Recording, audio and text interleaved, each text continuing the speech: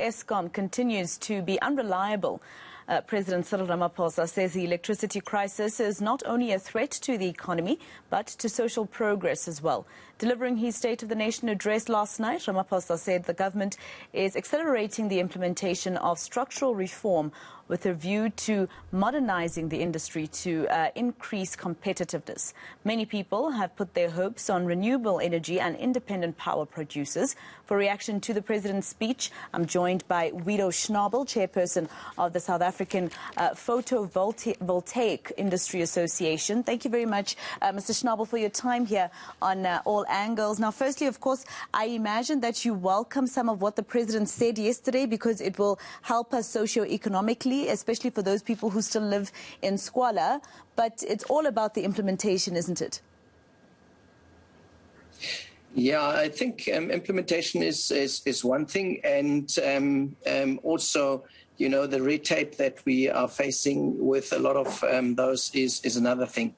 I would say I'm very pleased with what I heard yesterday. You know, we saw the numbers on the projects that are going to happen now. And I just wanted to mention one thing that he hasn't said is all the things that the private sector is already doing. You can see that there's about 600 megawatts, so as much as the other programs are, every year added by the private sector on commercial, industrial, and even residential households. And that is also contributing quite a bit. And the beauty about that is that the private sector, or everyone, you and I, can participate in this. We all can basically put small solar systems on our roofs and participate in this just energy transition. But also, Mr. Schnabel, I think a lot of people, like you were saying about the red tape, the fact that we're going to have somebody in the presidency who's from the private sector to make sure that red tape and bureaucracy is removed. What does that say to you? Does that say that, you know, in terms of government and the governing party, there's never been trust in the people who are already there, for instance, to make sure that the bureaucracy is removed, and therefore the president had to get somebody independent and outside of his government to make sure that all of the red tape is removed? Well, yeah, I wouldn't put too much weight onto that. What it shows is basically the urgency. The presidency one sees that there is an urgency in this matter. We just started the year and had already load shedding level 2, which, you know, is to be seen much more coming through this year with, you know, old coal fire plants failing, which is natural. So if you've got an old car, that old car also needs more service and more maintenance than if you've got a new one. And I think it is an additional help to get things unlocked and accelerated. And I don't want to put too much effort, you know, do the others not do their job, or are they working well? I think they all do their jobs. There's a lot of things have happened. If you think about since Ramaphosa came into power, we've seen the round 4 projects, which were stalled for over 4 years, being signed and being built and being connected. I think the last few are going to be connected early this year. We've seen a new IRP being put out. We've seen the risk mitigation program being put out. We've seen the round 5 being submitted, and preferred bidders are there. Round 6 should now come in March, this next month.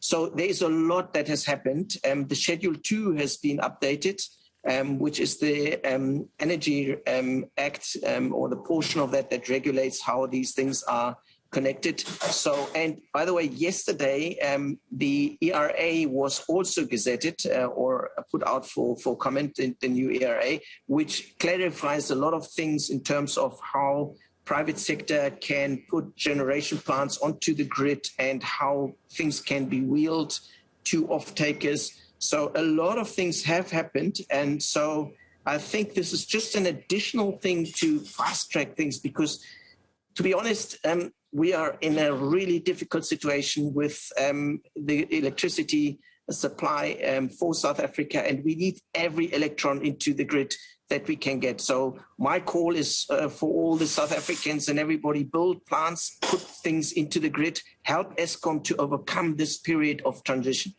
And your reaction to, for instance, the Minister, Wido Schnabel, saying that the complete removal of coal, which of course we know will improve health and environmental issues in our country, he says that it's going to result in job losses and we cannot just remove it completely. It needs to be in phases. And at some point he was actually telling the coal industry to defend their industry. Yeah, we're not saying switch off all coal tomorrow and only do a renewable.